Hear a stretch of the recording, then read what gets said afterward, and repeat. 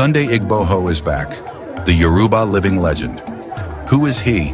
The lion that did not ask permission before roaring, the whirlwind they could not trap in a bottle, the man whose silence made rulers tremble, whose exile turned into echo, and whose name refused to die.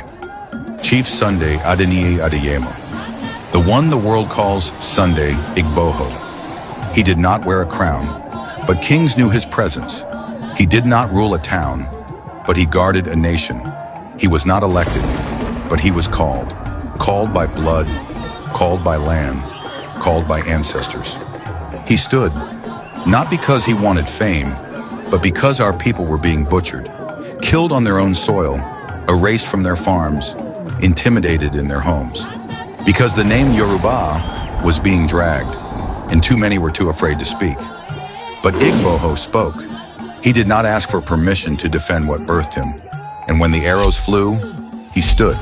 When the drum stopped, he marched. When they chased, he disappeared like a spirit. But spirits don't die, they return. Now to every child born after 2021, there is a name you must echo in your chest, not from fables, not from history books, but from your lifetime. His name is Chief Sunday Adeyemo, the one you call Sunday Igboho, and he is back.